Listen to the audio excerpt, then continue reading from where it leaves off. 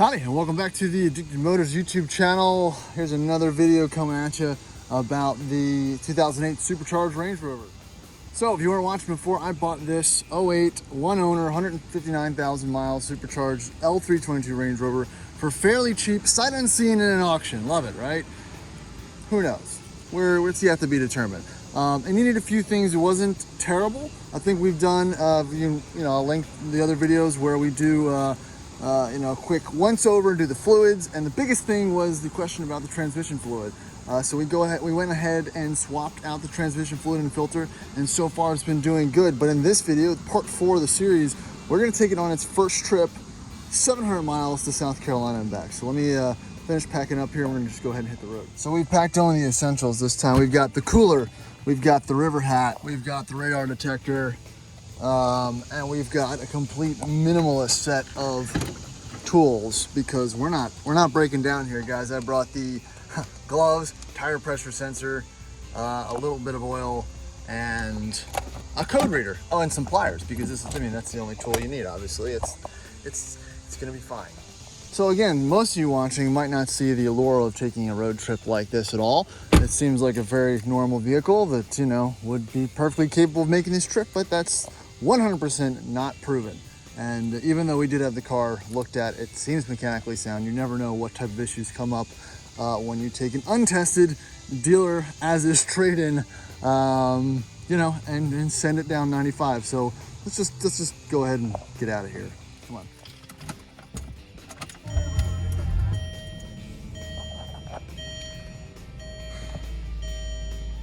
All right, so I've got 12 miles on the odometer. I've got a full tank of fuel. I'm gonna reset at, never goes away. I bought a sensor for this, but you can't replace without replacing the reservoir, which is full. So I'm not gonna do that. I'm just gonna deal with it and check the fluids. So we're not gonna worry about any of that. But we'll also seafoam the car. So we've got everything good to go.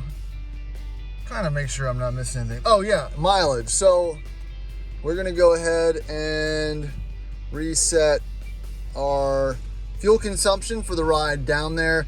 I gotta get out of Richmond before I hit the city, so it's gonna, fluctuate a little bit. So we're gonna go ahead, try to hit the highway, take 95, pretty much all the way down through North Carolina and whatnot. It's gonna be not a boring trip, but everyone who's familiar with the East Coast has probably made that journey once in a while. I've got the Uniden or something radar detector we're gonna install once we get out of Virginia, of course. And yeah, I've got all the plugins that I need, phone charger, all that fun stuff. And we're just gonna go ahead and do it. So road trip time, guys. Again, starting the trip with no dash lights. We'll figure out whether or not that's the case when I get to my destination.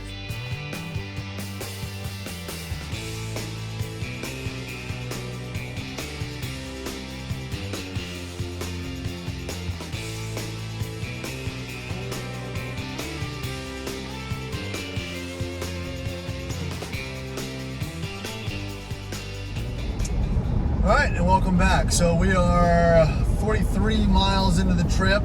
I've got cruise control set on, let's just say 79. And just to, for the purposes of really understanding the fuel mileage, actually, I'm not going slow. I'm cruising nice and smoothly. The computer is reading 19.2 miles per gallon, which is astonishing. I'm running around 2,200 RPM at around 79 plus miles an hour, so that's nice as well. Truck's running nice and smooth. Again, I probably could have balanced those rear tires that I mentioned before, but it works. I'm not again, I'm kind of a stickler for balanced tires and a smooth ride in an electric vehicle, but it's fine.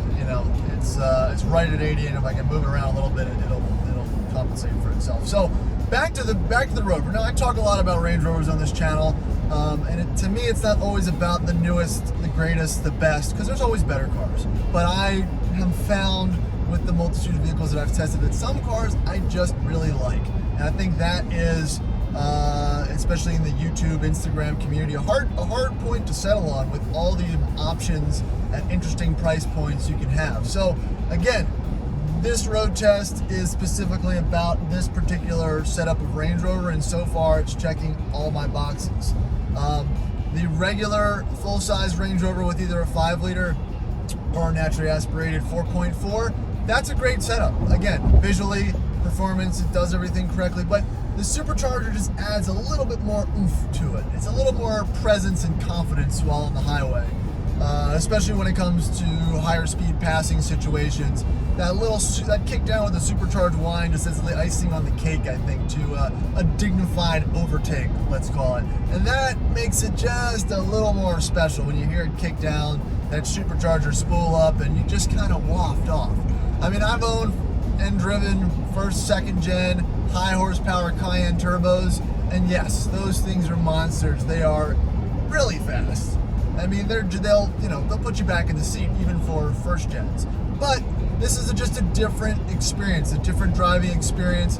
It's more relaxing. I'm more comfortable, in this large driver's seat. I'm not hunkered down or anything. I've got, a glorious visibility of the greenhouse that is this Range Rover cabin, obviously sitting up high.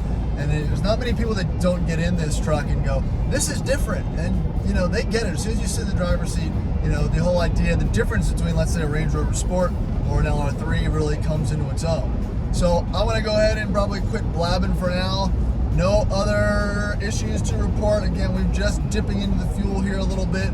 19.3 miles per gallon on the highway. Beautiful day. It's 86 degrees, going up to over 100. So we're just moving and grooving. Oh, if I didn't mention, I called Satellite Sirius Radio and got a 3-month free subscription because why not? So we'll check back. I don't think I'm going to have to stop for fuel on the way down. That's the goal. The tank keeps going up. It's reading 434 miles of range right now. I only have to go 323, so I should be good to go. So we're going to keep blasting down the highway and check back here in a little bit.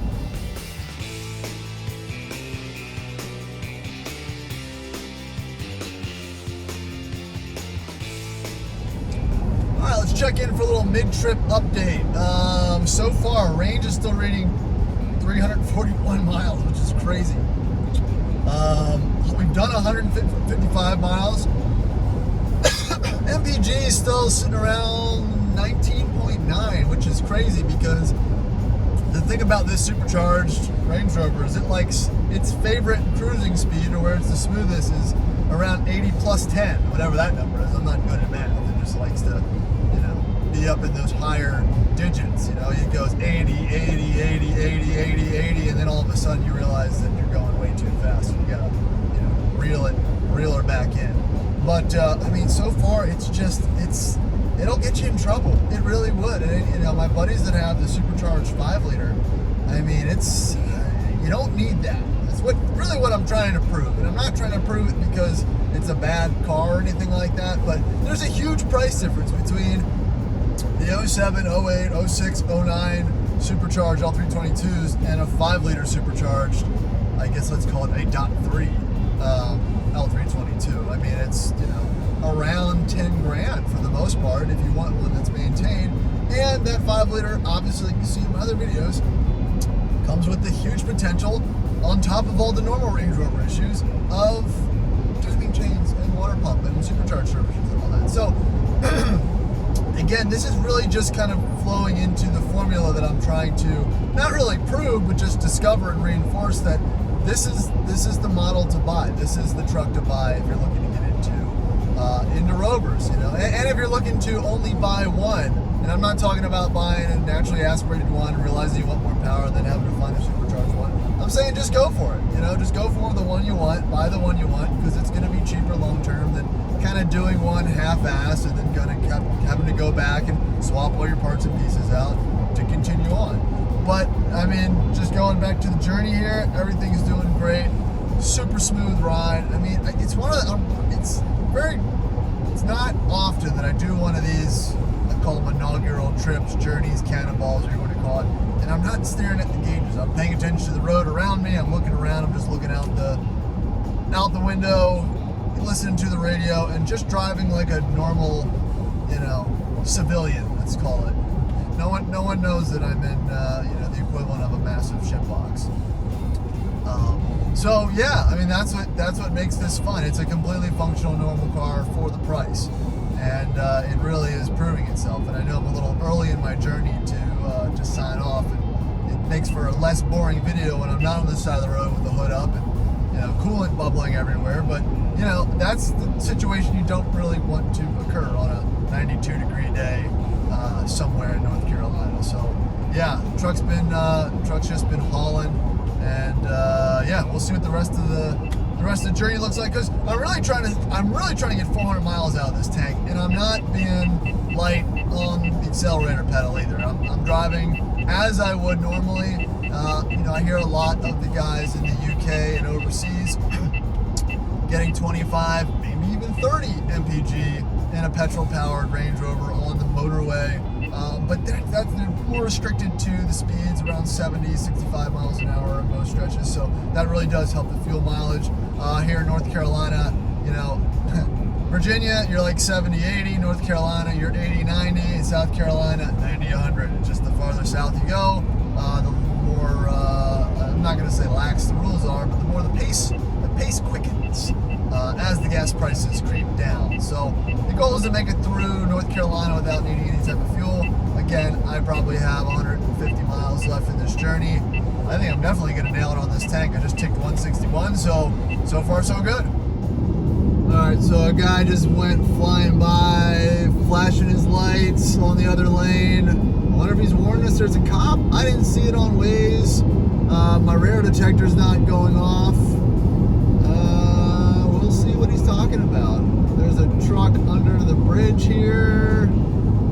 You know, you always wonder what people's intentions are when they come flying down the highway and flashing their high beams. That looks like a massive backup. This isn't good. Probably a good time to maybe grab some lunch. Let's do some recalculations here. And yeah, maybe take a breather. Man, that's a bummer. I don't even know if I can avoid this. Thanks, 95. Oh, well, the shortcut didn't really work. Oh man, I could have stopped at a better rest stop also. Yeah, it looks like 95's pretty good. Which, you know, whatever. My only gripe with it. Oh look, there's the truck that I left like 40 minutes ago. I'm just coming back up to it. That's interesting. Oh look, a little Bora too. Yeah, usually accidents on 95 don't drag. Oh look, I passed those trucks miles ago. Man, this is just like a highway reunion. Hopefully I didn't piss them off too much.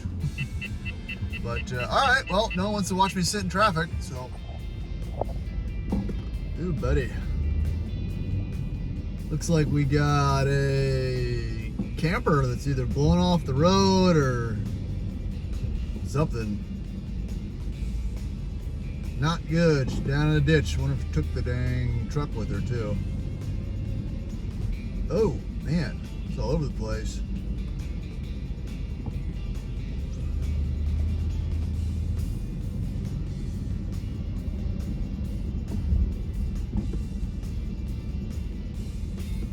Oof.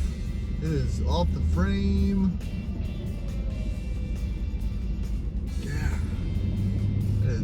Not a fun cleanup. No sign of the old tow. Oh, there it is. There's the tow vehicle.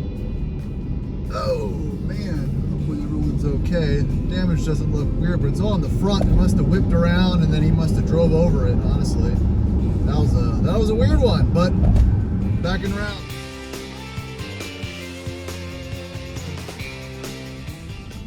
All right, so I've been back in traffic again for another 25 minutes. For whatever it is that's gonna be up here. I'm taking you guys along for the ride because this is, I mean, it looks like another camper. I can't really tell.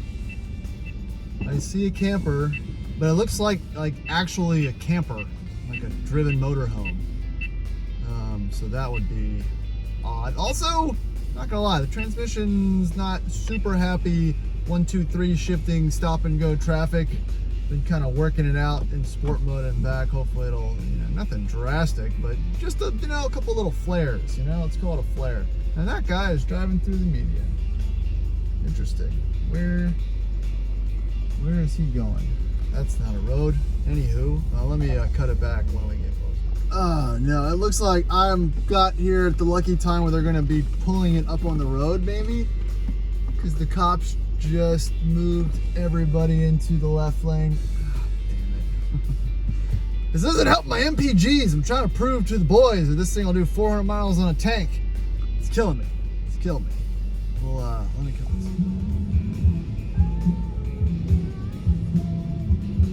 All right, moment of truth. Oh no! That's a big motorhome. Holy shit, it hit a tree too. Oh man, that's just a wild, how does that happen? Luckily it didn't roll over. That's 2 motorhomes. I mean, I do these videos all the time, but I'm not in and observing crazy accidents. So yeah, be safe out there, kids.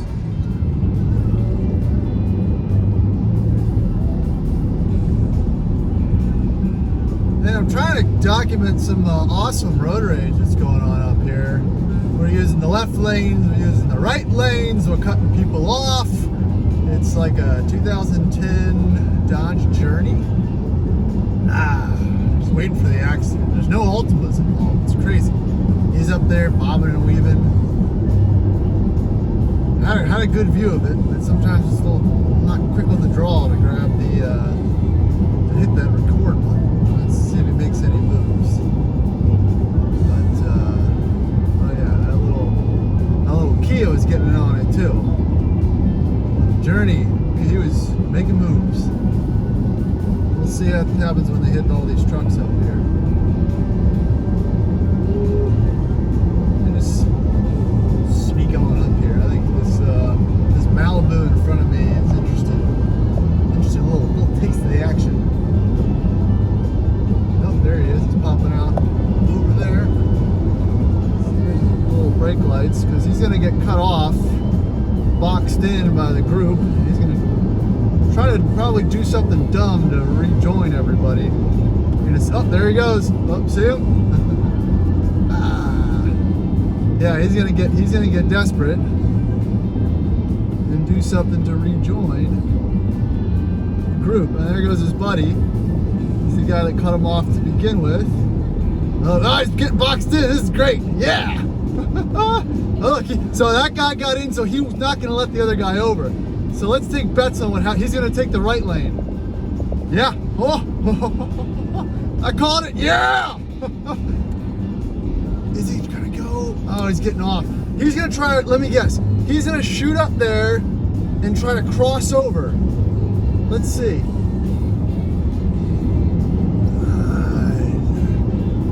Let's see if he does it. I think he's doing it. Let's see. Oh no, there's no exit ramp on the other side. He just gave up. Damn. Oh, that was good. I love a good road trip. I mean, now there's an oversized mobile home taking up 3 lanes. This is just, this is the one road trip where I'm actually early. I'm actually ahead of time. Where I'm going, there's not gonna be anyone at the house until 5. And I've never encountered so much random, oh look, he's getting over for everybody. But you'd think there would be like limited transport times for some of these oversized loads on major thoroughfares. I mean, there's like 1, 2 maybe pilot cars.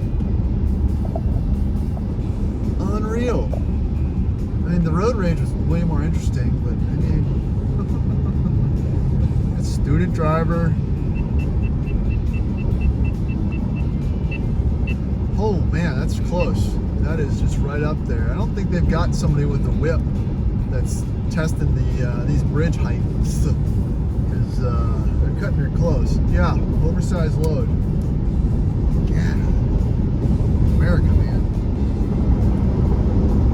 All right, we're on a little stretch of land in Mexico. The Ultima is finally going to yield. We're going to let her eat.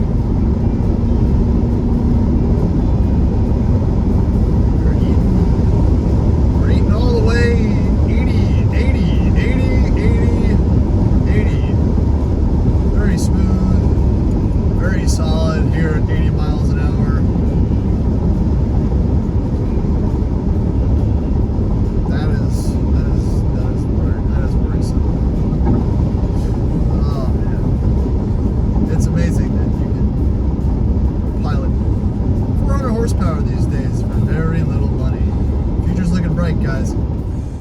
so let's another little recap. So I just set the cruise at 70. I reset the fuel consumption to just to see what that European MPG kind of looks like, even though they're probably using beer gallons, so those numbers might be a little bit off. But holding at 21 at 70, the speedo on this is running a little quick. We're actually at 71 on the radar detector, land speed, whatever it uses to, actually has GPS on it. So pretty reasonable. I mean, that's, you know, if you're trying to be somewhat conservative and drive to get miles per gallon, which again, I don't drive a lot of cars slow, but this one just cruises just nicely. And so I don't have any issues with that. Playing around with the steering wheel, this odd Land Rover setup with the 01. Like, what does that mean? But it turns the cruise control on and off. Oh, okay, lost my cruise control. Awesome. Heated steering wheel. You hit this and then you hit cruise. It's just a weird, I don't know what RT means. It probably changes something to do with the audio. I've got my cooled seat on, it's working great. And again, I just, honestly, I just love the setup of this interior. I think it's miles better than the 06 L322 setup with the hand-me-down BMW stuff. I do enjoy the 2 cup holders, it makes life a lot easier. I did find out that this 12-volt plug isn't working correctly, so I'll have to play with that. Dislike, I've not tried it because I've killed a bunch of these Land Rover, Range Rover e-brakes by testing out the electric e-brake, so not gonna touch that, not gonna even mess with it. But so I have my the radar detector plugged in through the one in the lockbox deal here. So yeah, like I said, I'm not in a rush. We're on 26, headed up to Columbia off of 95. Again, running 21.4 MPG. I've got a quarter tank and I've done 319 miles. Still super impressive. I think I filled this up with 22 gallons. The gas gauges on these, as far as when the light comes on, it only leaves you a couple gallons. It's not great. It's not like you got another 50 or so miles when that light ticks on. If you're doing city driving, obviously, you know, things change when you're on the highway. But no, I'm really really enjoying the trip so far. This is a great place to be, to put some miles on. Rented up a couple times. The only complaint really is just that I think it's a wheel or tire. It's either a bent rim or a slightly out of balance tire in the back, but it's not really an issue at these speeds. So, you know, hey, it's surviving. It's 93 degrees out. Car's running great. What more can you ask? It's just a good road trip so far. All right, so we are now in Lexington, South Carolina. I have a little more, I mean, I'm not empty yet. It's showing 96 miles of range still and an average of 19 miles per gallon with my last little spurt around 70, 75 at 21.5. We've gone 395 miles. So let's go ahead and fill up with the good stuff and see where we're really at. I'm actually excited for this. This is one of the more interesting MPG calculations that I've done recently. So let's check it out.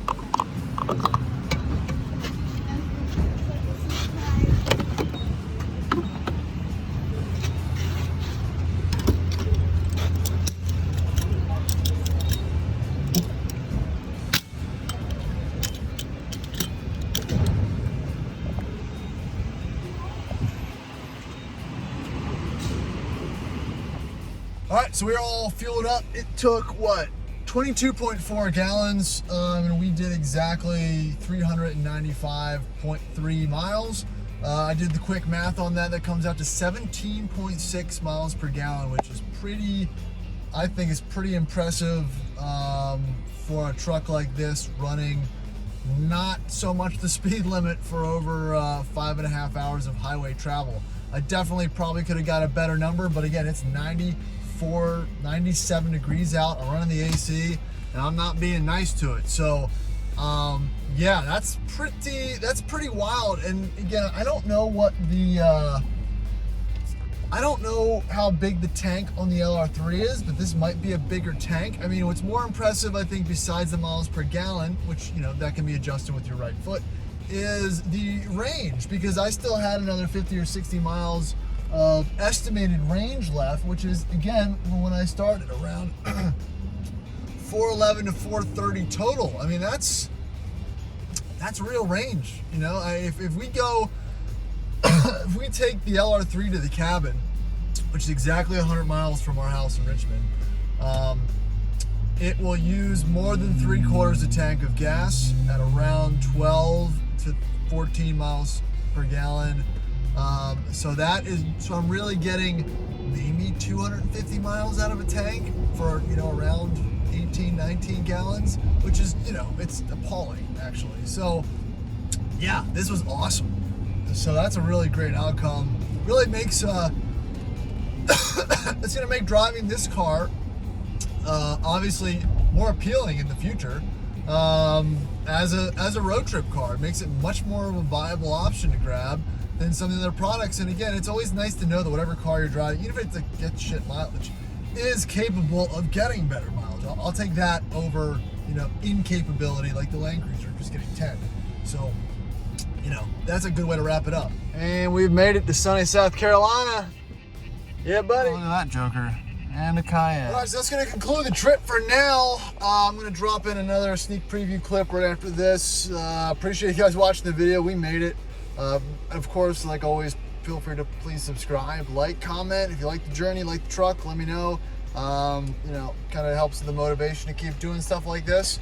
And we'll see. You know, we got a bunch of other trucks coming up on the channel. So, again, appreciate you guys watching. Catch you on the next one. Have a good weekend.